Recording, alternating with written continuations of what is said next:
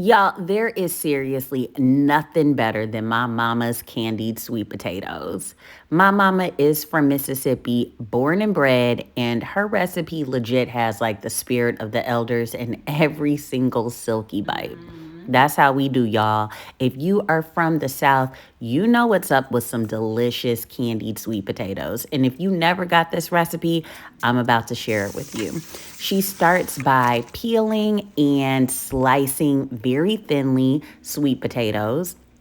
Then we add in some really simple ingredients, everything from butter to granulated sugar, a couple seasonings. She likes to just add nutmeg, and we spice that up and get it really silky, y'all, with a little vanilla. And this is the result. Once you let them cook down, that syrup thickens and just becomes so candied and delicious. Get into this recipe, y'all. I know you're gonna love it.